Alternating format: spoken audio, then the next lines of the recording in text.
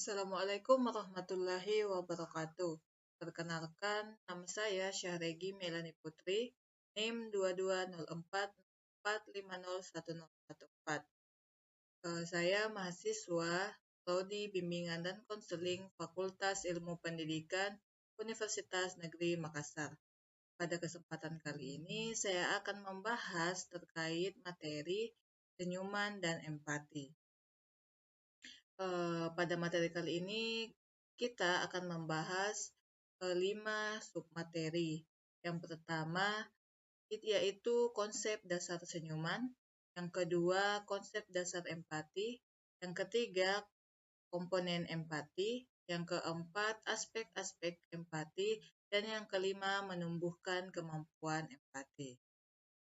Nah, yang pertama kita akan membahas tentang konsep dasar senyuman. Senyuman merupakan salah satu bentuk tingkah laku nonverbal. Tingkah laku tersebut perlu dibiasakan dalam kehidupan.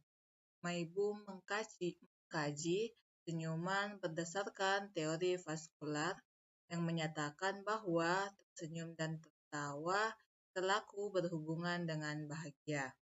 Selanjutnya, ia mengatakan bahwa aliran darah yang meningkat sebagai hasil fisiologik dari tersenyum dan tertawa berhubungan dengan tubuh yang sehat dan suasana hati atau mood yang bahagia atau positif.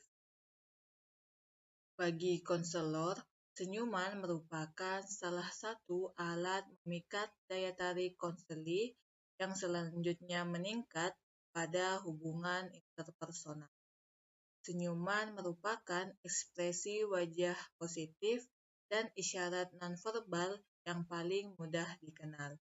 Tersenyum merupakan isyarat keramahan sebagai ekspresi simpati, beri keyakinan atau ketentraman. Nah, yang selanjutnya yaitu konsep dasar empati. Empati adalah arti kata dari Einfühlung atau dari bahasa Jerman. Nah, secara harfiah sendiri berarti merasakan ke dalam. Empati berasal dari kata Yunani yaitu pathos, yang berarti perasaan yang mendalam dan kuat yang mendekati penderitaan dan kemudian diberi awalan. Empati adalah kemampuan memahami perasaan dan permasalahan orang lain dan berpikir dengan sudut pandang mereka, serta memberikan penghargaan yang baik terhadap perbedaan yang ada. Jadi, seseorang yang memiliki empati tidak cukup hanya menghayati akan perasaan orang lain, tetapi lebih dari itu ia mampu meletakkan dirinya dalam posisi orang lain. Nah, dalam empati sendiri itu memiliki 2 tahapan.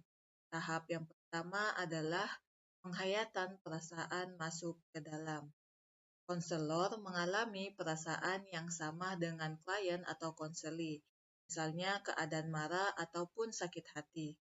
Tahapan yang kedua yaitu lebih menekankan pada kesadaran kognitif, di mana melihat dunia klien atau konseli sebagaimana ia melihatnya, selanjutnya diarahkan kepada pandangan yang lebih realistis. Nah, yang selanjutnya yaitu komponen empati. Dalam empati memiliki 9 komponen. Yang pertama yaitu intensitas untuk memahami kerangka perilaku klien.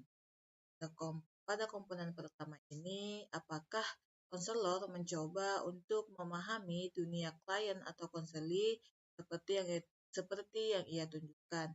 Contohnya, kumpulan informasi mengenai pengalaman dan perasaan klien atau konseli. Yang kedua yaitu kesimpulan dan klarifikasi.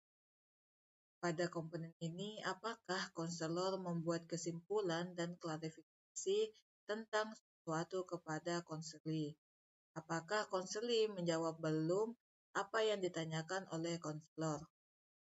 Contohnya yaitu, apakah kamu sudah mengerjakan PR? Kemudian konseli menjawab belum. Pertanyaan yang kedua yaitu, apakah kamu sudah sarapan? lalu konseli menjawab belum.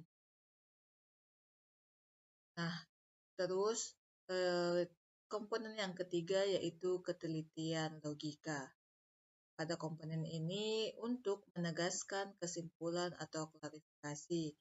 Apakah konselor memberikan kesempatan untuk klien atau konseli menjelaskan terkait yang sedang dialami. Yang keempat, di sini dan sekarang.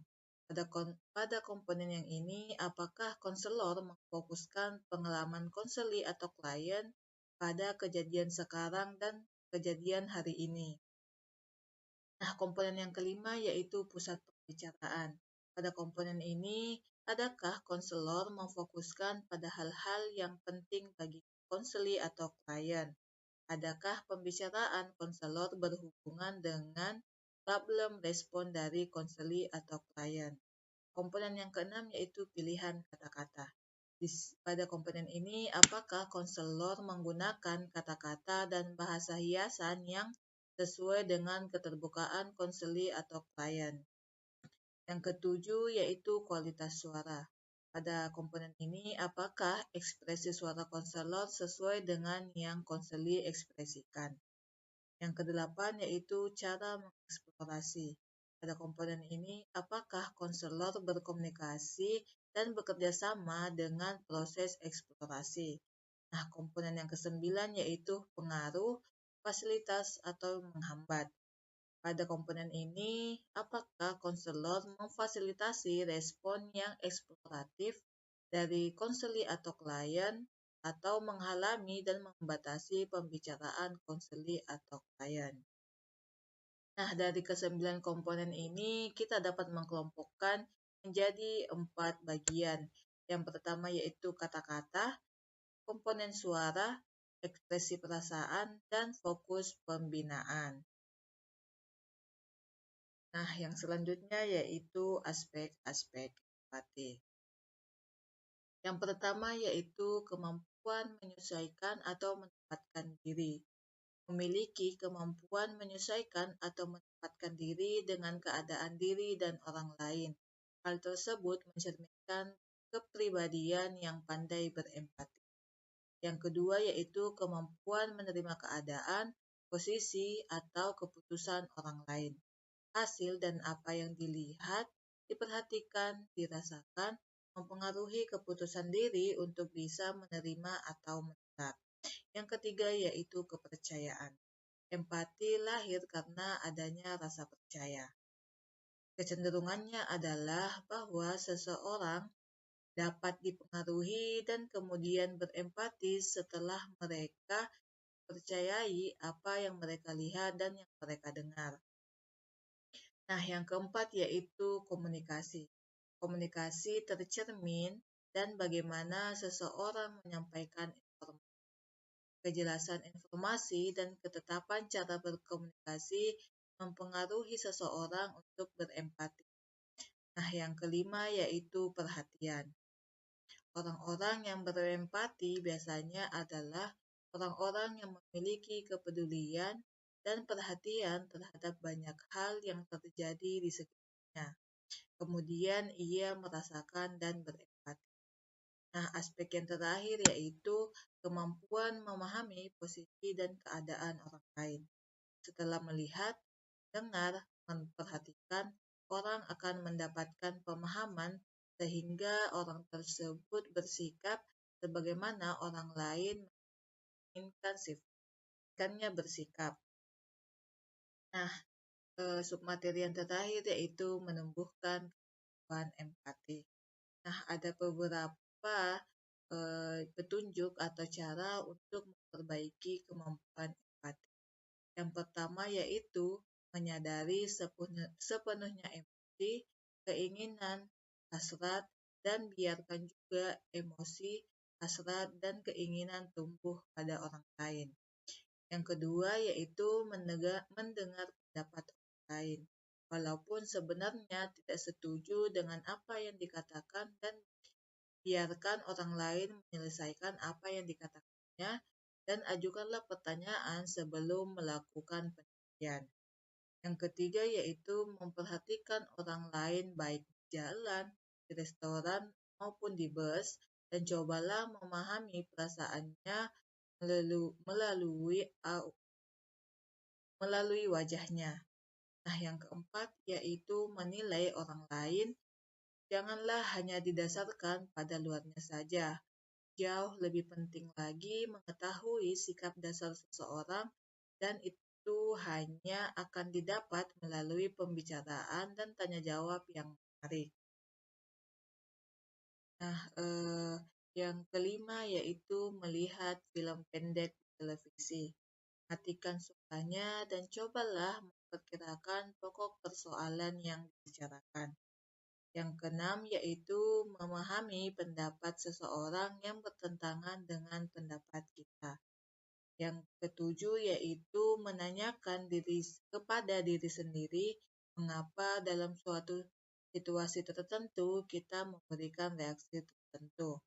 Yang kedelapan yaitu mencari faktor-faktor penyebab dalam diri sendiri jika kita tidak menyukai seseorang. Cobalah mencari sebab-sebabnya dalam diri sendiri. Yang kesembilan yaitu cari sebanyak mungkin keterangan tentang suatu hal sebelum melakukan penilaian terhadap hal tersebut.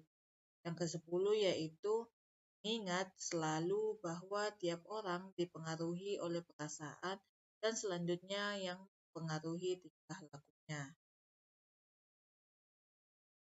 Nah, itulah tadi pembahasan saya terkait dengan dan sekian dan terima kasih. Assalamualaikum warahmatullahi wabarakatuh.